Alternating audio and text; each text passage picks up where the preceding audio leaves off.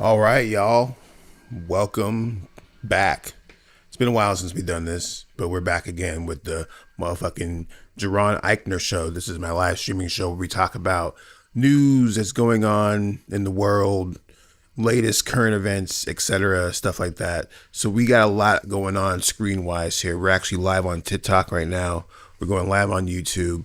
We also are recording the vertical video for clips later on, and the full episode will be posted on my Jaron Ikner page, so make sure you check out for that. So wherever you're at, you can get some of this action. I think the best way to watch it is probably on YouTube because there's all kinds of cool graphics that I put together and stuff like that. Hella fancy. Just hella fancy. Anyways, what is the Jaron Ikner show? Some of you are wondering. Well, people actually seem to value my opinion. I guess. I don't know. For some reason, they just do. So, I've been doing this for a while, this live streaming shit, up in this game, making it happen, papping. And, we're back again with another episode. People want me to go back in. I think right now, with the climate that we're dealing with and the environment that we're dealing with, I think it's even more important for, for someone to have a voice. And I'm not saying that I'm necessarily that voice, but I guess at the same time I am. But we're going to talk about several different things on today's episode. I got a list. Like I said, if you watch this on YouTube, you see a bunch of graphics up here that have all my cool, fancy stuff. We got a list over here. It's right here. Boom. So first up is that we're going to talk about Elon Musk. And I know what you guys are thinking, oh my God, probably already clicking away, whatever. It's fine. But we're talking about his kid in particular. So if you haven't seen the footage, it's causing a whole tizzy of this man basically giving an address behind the Oval Office. He interrupted the president's address, pulled up, and he brought his son with him on his shoulders. A lot of jokes going around about that. It is what it is. But the main thing that I'm taking away from this is the idea that all this footage is going viral of Elon Musk's kid saying a bunch of wild and crazy stuff to Trump and other people around. In particular, something that's going viral is the fact that he literally told the president something along the lines of, you're not supposed to be president, or you're not president anymore.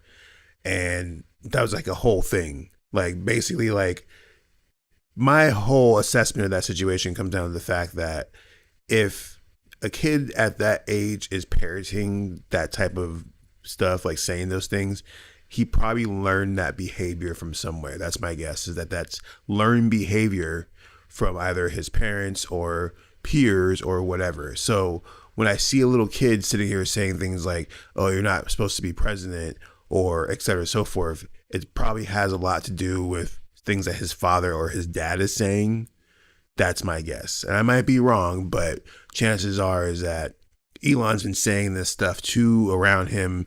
This kid's picking up on this. Also, the thing about kids that age too is that kids get a reaction out of saying certain things. So if he said this before in a previous situation, then there's a good chance that he got a reaction out of it. And so now he's just going around saying, this is how kids work. Kids are goofy like that. Kids are goofy as shit. But it is what it is. I mean, I think that when it comes to that, I think it's kind of disrespectful doesn't matter who the president is or whatever. I think it's disrespectful in general to just like pull up on someone else's address and take it over and start talking about bureaucracies and all kinds of crazy, shady stuff like that. And there's a lot to unpack from that. I think that overall, Elon Musk is a net positive, I guess, overall when it comes to what he's been doing with, Starlink, Teslas, et cetera, so forth. But I think a lot of the things that you're seeing with him is a lot of hubris and ego coming to light. And I mean, I think it was a post on Reddit that talked about how, like, essentially this dude is just playing like a giant video game and we're all NPCs to him. And I wouldn't be surprised if one of his goals right now is to try to bang Melania in the White House. You know what I'm saying? It's like a bet. Almost like betting on how effed up can you make things with the position that he's in. Keep in mind, he's the richest person on the planet right now. And since we put so much value into money and all this stuff, it means that he has a lot of power because he has so much money, right? And so people are willing to bend to his whim because of the position of power that comes with that money. And so it gets really frustrating because I don't think money really matters on that level. And I think Elon Musk is kind of a dork. I don't necessarily like fault him for that. I think that when it comes to him being Elon Musk, he's a nerd. Just like most billionaires are, they're nerds. When it comes to Jeff Bezos, that dude's a nerd, bro. You can look at his wife. Yeah, his wife is some Latina chick that he cheated on his previous wife, who was a down chick. Look up Mackenzie, by the way. I forget her last name, but Mackenzie Bezos, whatever. She's currently giving away all of her money right now. All of her money to basically anybody. I'm not anybody. I'm not sure if you person watching this can pull up to Mackenzie's house and ask for $1, but she might give you some. I think she's giving away like something like $18 million so far. I can actually look this up real quick. Mackenzie Bezos. Mackenzie Scott's her name. First of all, let me get this right. Get her, because she deserves the respect. Let's see. Mackenzie Scott. Hold on. How much has she donated? So far, Mackenzie Scott has donated $2 billion just this year alone. A total of $19.2 billion is what Mackenzie Scott has donated to other charities.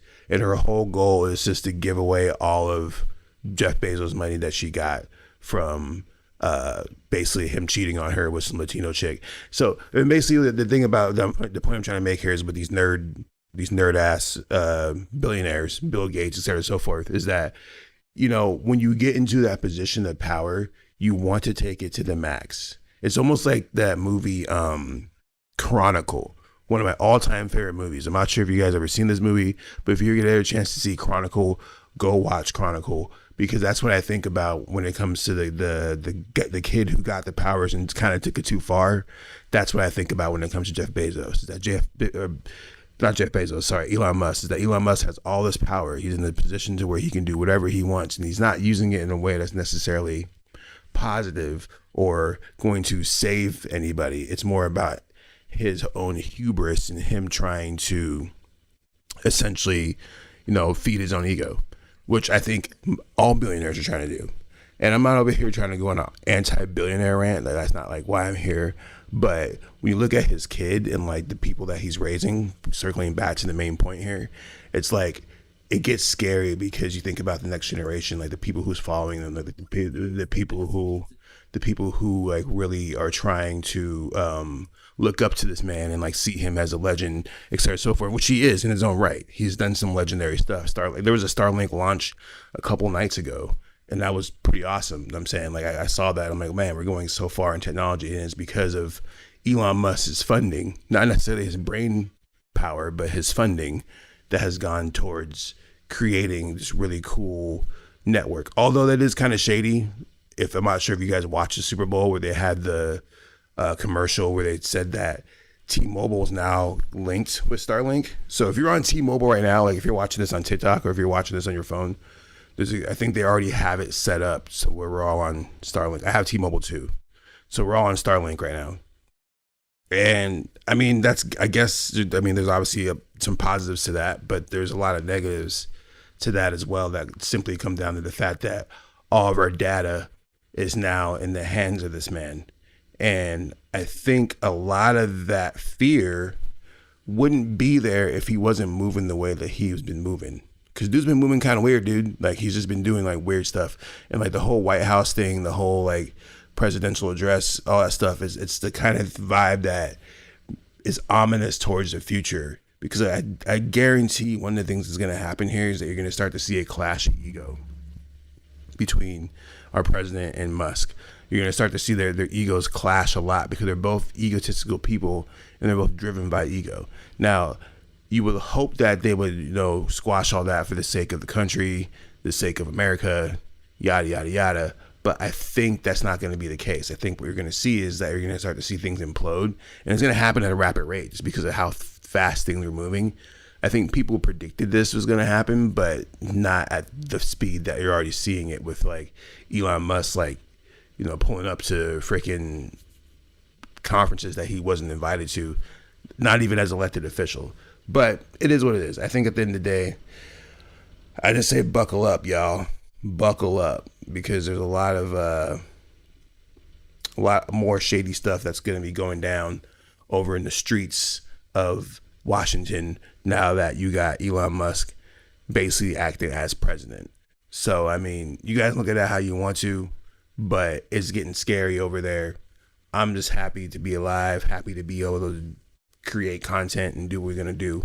Once again, if you're watching this on TikTok, head over to YouTube over at Starstruck Multimedia. You can get the graphics and all the cool stuff, or you can not. Actually, don't give a fuck. Doesn't matter. We're moving on to the next topic.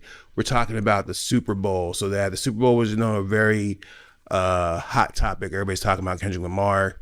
He had the most watched performance in Super Bowl history, beating Michael Jackson by a point million. So I guess Michael Jackson had 133.4 million people watch the Super Bowl versus Kendrick Lamar, who had 133.5 million. So Kendrick Lamar has the most watched Super Bowl in the history of the Super Bowl, and apparently he had the most watched event ever since the moon landing or something like that. That's what people are saying, which is just crazy. I didn't think the performance was that incredible to where he, is getting that type of accolades, but I do appreciate it. You know what I'm saying? Especially as a black man, rock on.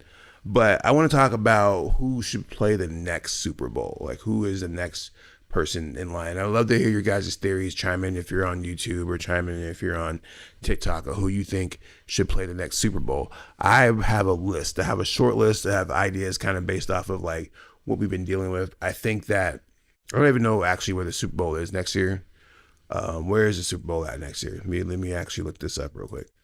The next Super Bowl. You guys on TikTok get to hear my clicks. Next Super Bowl is at fucking California. Is the next Super Bowl. Levi Stadium in California, which is crazy. That's the home of the San Francisco 49ers, apparently. So anyways, doesn't necessarily matter. Come out saying they should get E40 to do the Super Bowl.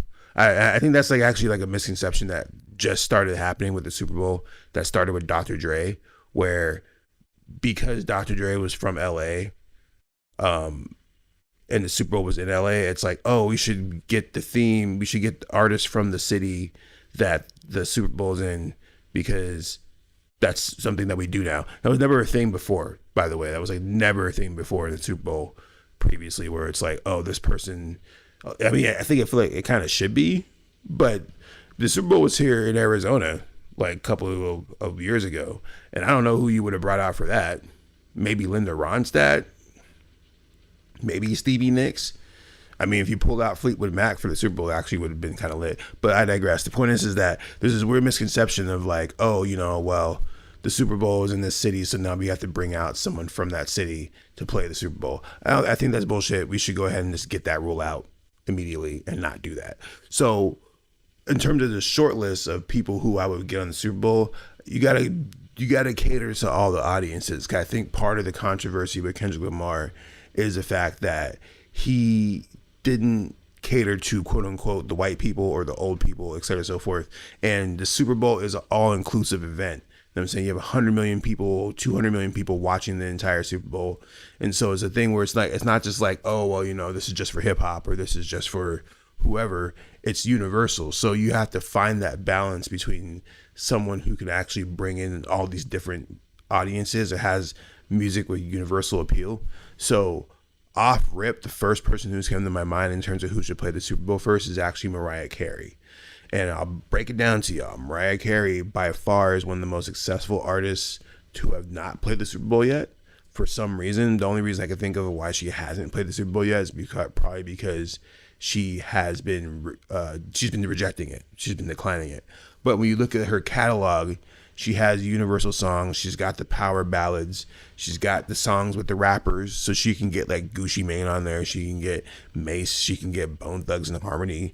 She can get all kinds of rappers on there if you want to go that route. But then she can also just shut it down for power ballad, doing Hero or something like that. And then she got a couple of boppers too. You know what I'm saying? She's got the little the songs like Fantasy and songs like that I think would actually be a universally accepted set. I think it would go over very well. Also, another option is Doja Cat. Now, I think Doja Cat's a little young, but The Weeknd did it not too long ago.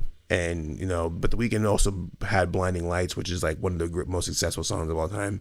But the thing about Doja Cat is that I think that she already has proven that she can handle that stage. When she played Coachella a couple years ago, she has shown that she can handle that level and that she can do some stuff. Now, with that said, she has a couple songs that I definitely don't think should be played on the Super Bowl stage, like Wet Vagina, for example. But that also makes me think about Kendrick Lamar's set, to where, like, I think the biggest issue that I had with Kendrick Lamar's set came down to the fact that he was doing a bunch of songs that, like, just weren't familiar enough with enough people. That's why he's getting so much backlash from, like, the audience, because, like, he does have a few hits that are, like, massively huge hits, like Humble, All Right, All the Lights, which he actually did do.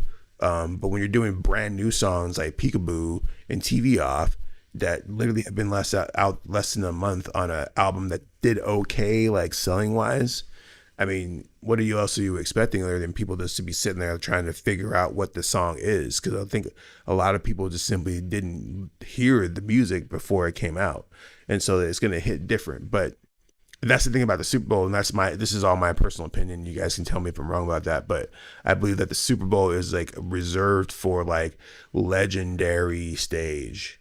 You know what I'm saying? Like, I'm not saying that Kendrick Lamar is not a legend. Definitely not saying that. But what I'm saying is that, like, it has to be songs that have to be universally, like, known, like songs that are just like, oh, everybody recognizes the song, songs you could not avoid regardless. He simply doesn't have that catalog.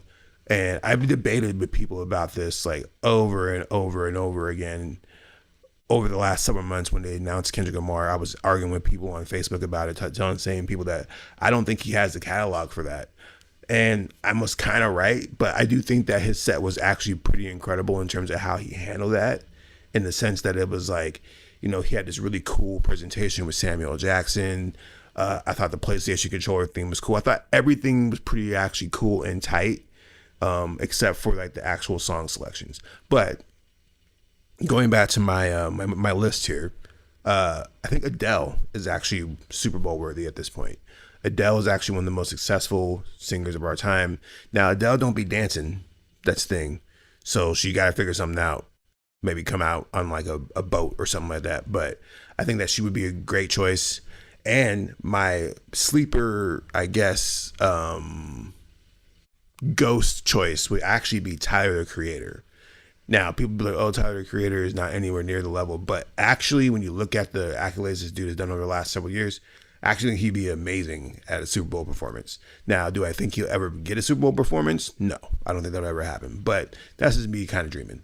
But tell me who you think should play the next Super Bowl or the next several Super Bowls. Tell me in the comments. I'll read them at some point. I think we got a couple comments here. What's up? What's up, Patrick? He played the Super Bowl in 2022 and he played all those songs, so he just had to play something a little different. Yeah, that's the thing. Like, he also just played the Super Bowl 2 years ago, so it's not like he was going to do anything different. And I think with that too, I think the album should have came out well before the Super Bowl, which it kind of did. I guess it could have came out as early as it could for the time he had to make it and then put it out. But part of it too is the fact that, like, it's a risky move to try to do brand new songs on the largest stage that the artist can play on. You can't expect that to hit. People are going to sit there and just trying to, like I said, listen to the lyrics and figure out what the hell you're doing.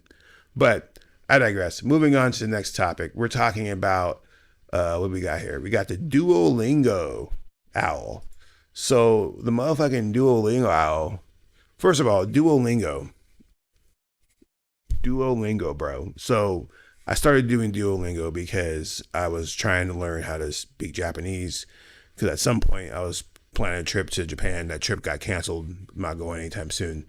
It is what it is. But I was on Duolingo for a bit, trying to basically figure out how to speak Japanese. And I'll tell you what, man, Duolingo is a very aggressive app.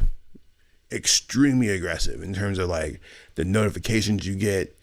If you don't go on Duolingo like every day, it will harass you. Like, it will literally send you like big ass green text on your screen saying, where the fuck you been? Of course, I'm paraphrasing, but that's basically what it says. It's intense. And so part of their recent marketing that they've been doing is that they literally basically quote unquote killed off the Duolingo owl. They killed the Duolingo owl. And they said that the Duolingo owl was killed via hit by a Cybertruck. They said that the Duolingo owl was hit by a Cybertruck, people. That's what we're dealing with right now. So this is all marketing, but I have to give Duolingo their props because they are so aggressive with their marketing, and they're also like, they're actually kind of creative, and like, I wouldn't call them innovative because they're just basically just kind of crossing the lines of ethics when it comes to just like being like, no, we're just gonna blow up this dude's phone. We're gonna send him 14 messages to let him know that he needs to go to do his Japanese lesson, and it works. They're very profitable. I actually listened to a great podcast from Duolingo. It wasn't from Duolingo, but it was like how stuff was made, and they interviewed the founder of Duolingo, who actually, by the way, is the inventor of the CAPTCHA. Bet you didn't know that. Yes, the CAPTCHA, the motherfucking CAPTCHA that where you put the letters in. He's the guy who invented Duolingo. Learn some shit. Go check out that podcast. Anyways, moving on. We can go watch this on YouTube if you want to see the graphics and all that.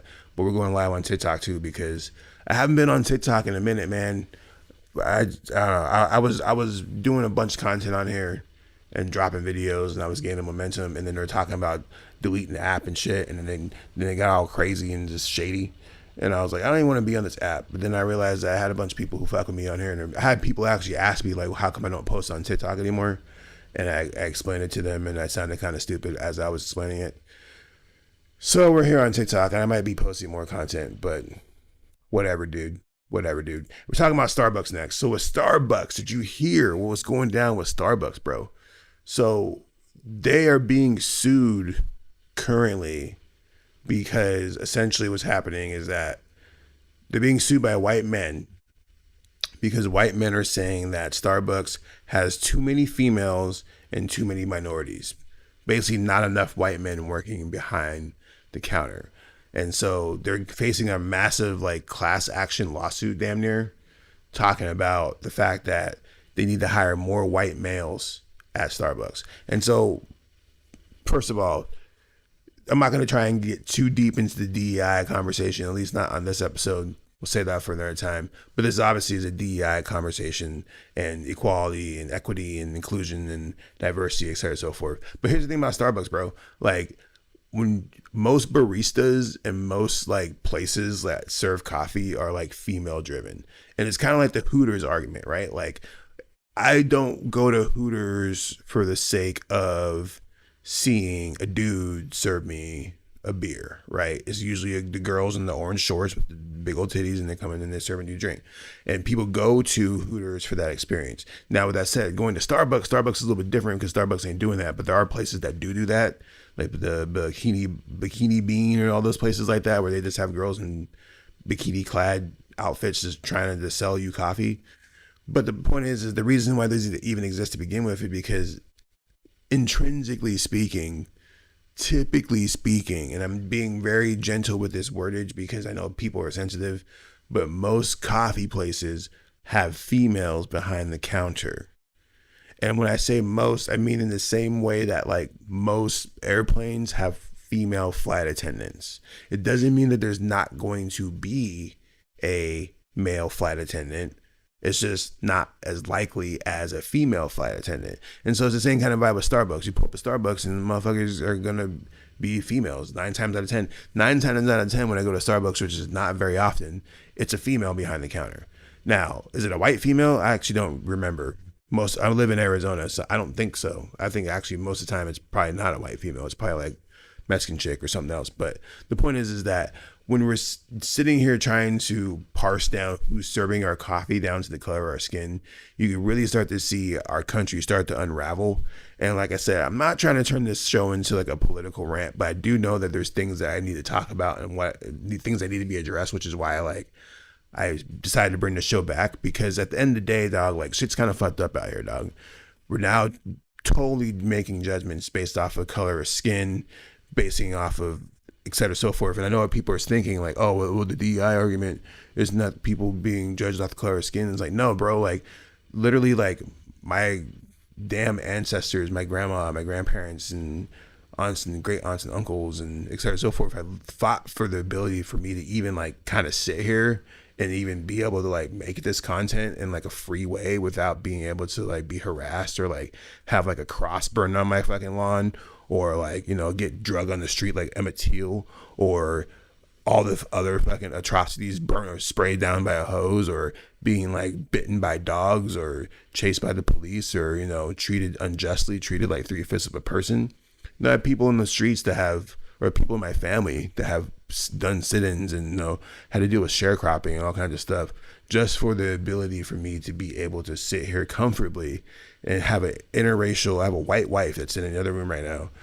I'm living in Arizona, which is like one of the most racist states in the country, but I still feel somewhat safe and protected because of the rights that my ancestors fought for.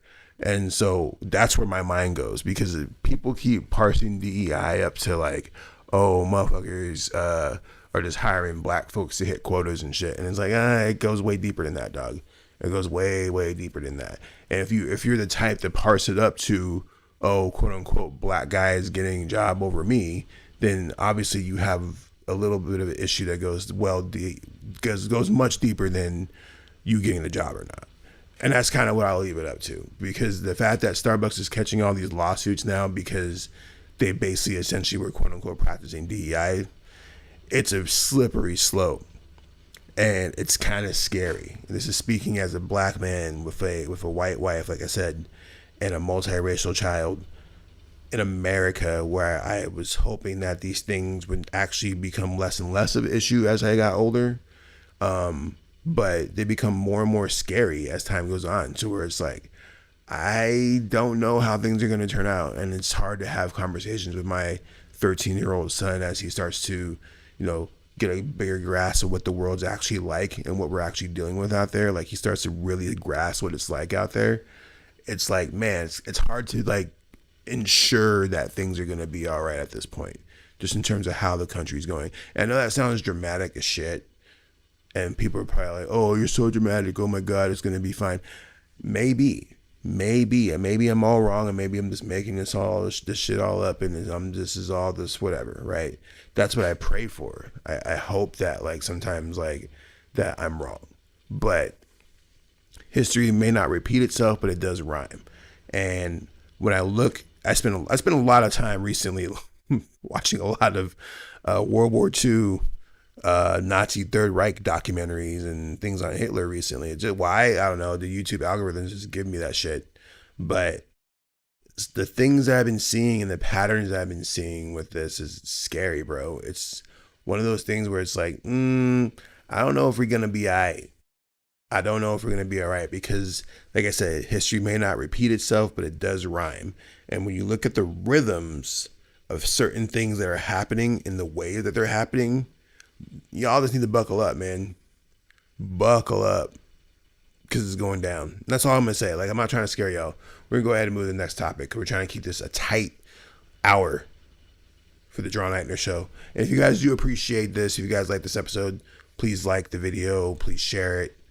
We're going to be clipping this up, and there'll be all kinds of clips all over the internet of my face. And I haven't decided if we're going to do this daily. Probably not daily, if I'm being dead ass honest about it. Weekly, monthly. Probably not monthly either, because that's crazy. So probably weekly. Maybe bi-daily. That's not a thing. Bi-weekly. Bi-daily. Yeah, bi-daily is right. We'll see. But with that said, can I make a freestyle? I could. Or you can just go listen to my music. I'd be rapping. I'm not going to rap right now. I'm not in rapper mode. I'm in commentary host mode, Mr. Haas. But what you could do is you could head over to my website at JaronIkner.com. Sorry, JaronIkner.life. And you can actually check out my last album called Under Umbras, which has been out for a while now, but people like it. So if you like rap music, go check that out. There might be a link in my bio. Head over to my bio. And while you're over at my bio, fucking follow me. Appreciate you. Anyways, we're talking about, what do I have next in these topics? Oh yeah, this next one's crazy. So Lake Illinois, Lake Illinois. Now I know what you're thinking. What is Lake Illinois? There is no Lake Illinois. That's not a thing. Lake Illinois is not a thing. I know there's a lake in Michigan. Well. Yes, there is a Lake Michigan. It's part of the Great Lakes. But it turns out that Trump changing over the Gulf of Mexico to a Gulf of America has created a chain reaction of sorts, a flow of things where now people feel like, oh, we're just gonna start claiming lakes and we're gonna start claiming rivers and whatever. So the governor of Illinois actually decided that Lake Michigan is now no longer Lake Michigan. It is now Lake Illinois. And I don't know if this is official Cree. I don't know if he's got the plug on Google or whatever. But essentially, he just it's like, yo, I'm sick of tired calling this Lake Michigan. We're calling it Lake Illinois now. So now they're trying to make it official to where they're changing Lake Michigan to Lake Illinois. And for me, in terms of this particular instant, I don't actually give a fuck. Like, I'm not over here like, oh my God, I'm gonna miss. Like, I'm not tripping about it like the Gulf of Mexico. I'm tripping more about the Gulf of Mexico, the Gulf of America thing, more than the Lake Michigan thing. But part of that has to do with the fact that it's unnecessary to change the Gulf of America, sorry, the Gulf of Mexico to the Gulf of Mexico to the Gulf of America. It's just not a necessary move. Once again, it's a hubris thing, and it's an ego thing that really serves no other purpose other than just to like make us feel better about our country. Patriotism, I don't know. But changing Lake Michigan to Lake Illinois, that's just some petty shit. I don't know if Michigan and Illinois got beef. I don't know if they'd be beefing. Maybe someone could fill me in if someone's from Michigan on here or from whatever. Do you guys have beef with Illinois? Why are you doing this? It's the thing. But yeah, I did some research on this, and it's crazy because you don't really expect things to happen that way, where it's like, oh, we're just going to change the name of a lake real quick because we wanted to. So I'm going to read this little excerpt real quick, and if I'm on the edit on the actual page, there might be something on the screen, but on the live version there's not. I'm too lazy to set it up. But the point is that he says, he being Governor Pritzker, that's Pritzker, he said, I am here today to make an important announcement. The world's finest geographers, experts who study the Earth's natural environment, have concluded a decade-long council and determined that a great lake deserves to be named after a great state.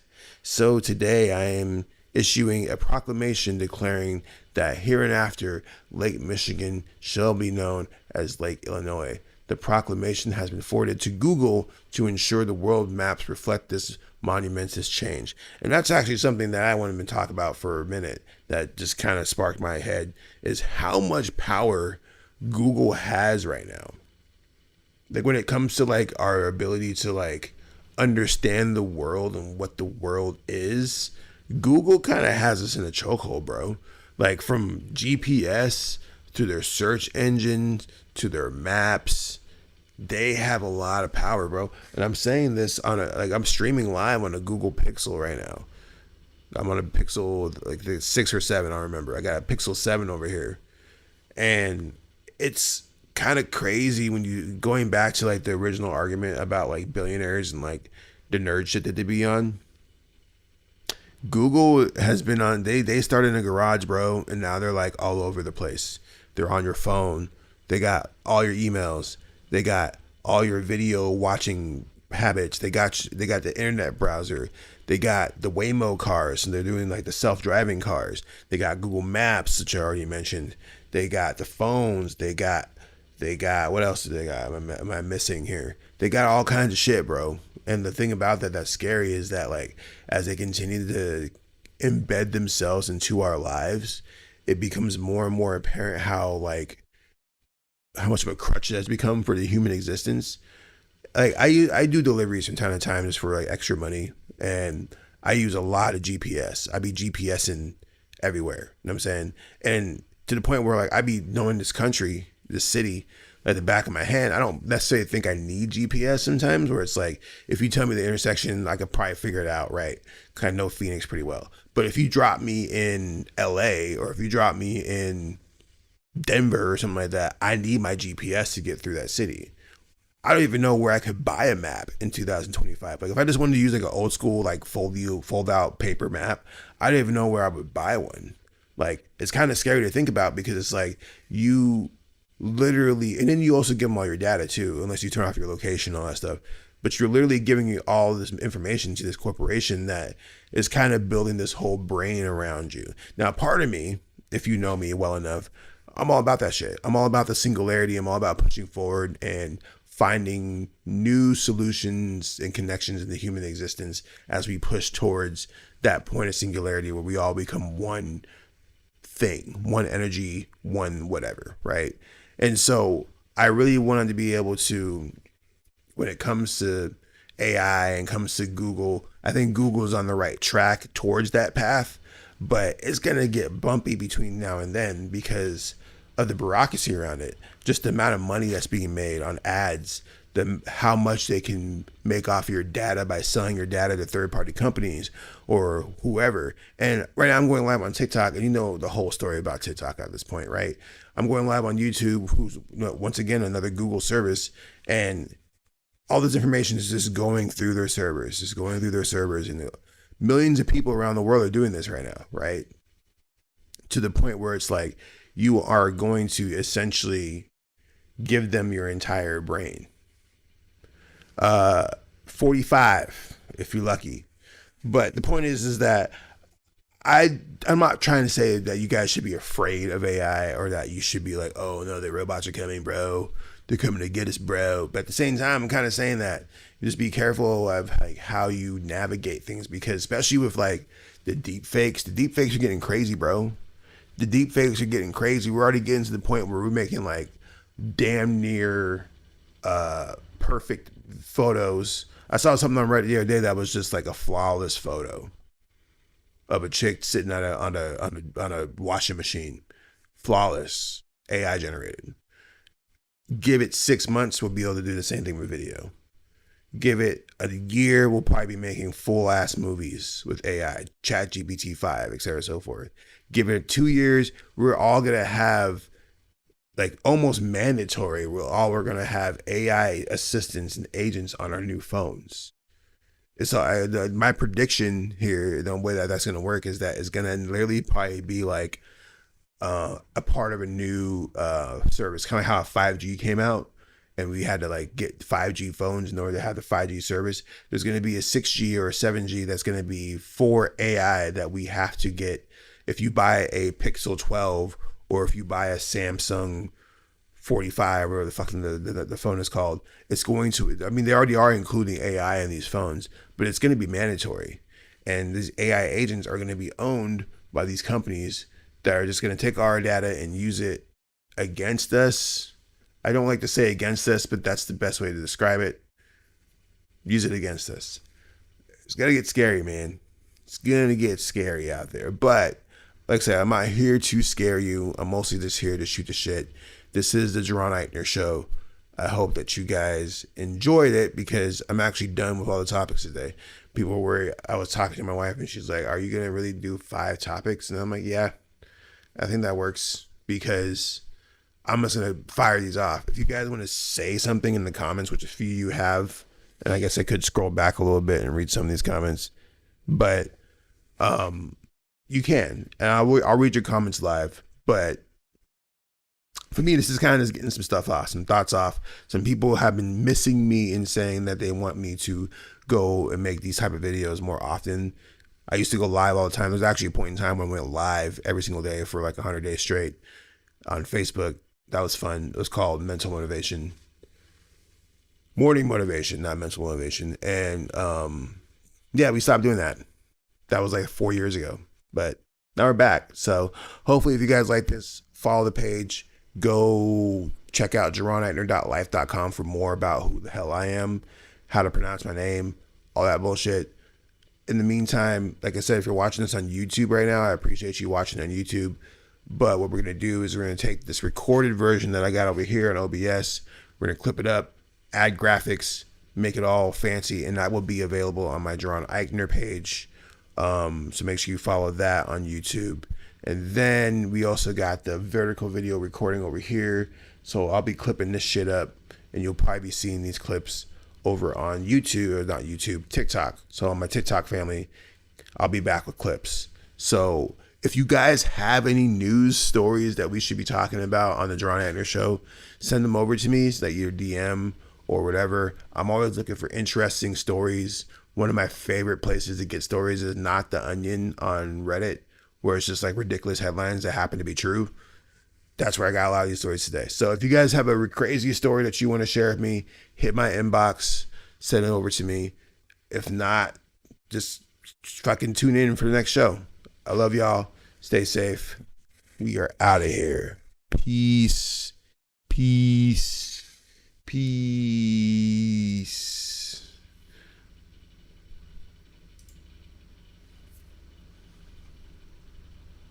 I'll let this run a little bit to make sure that we got this going.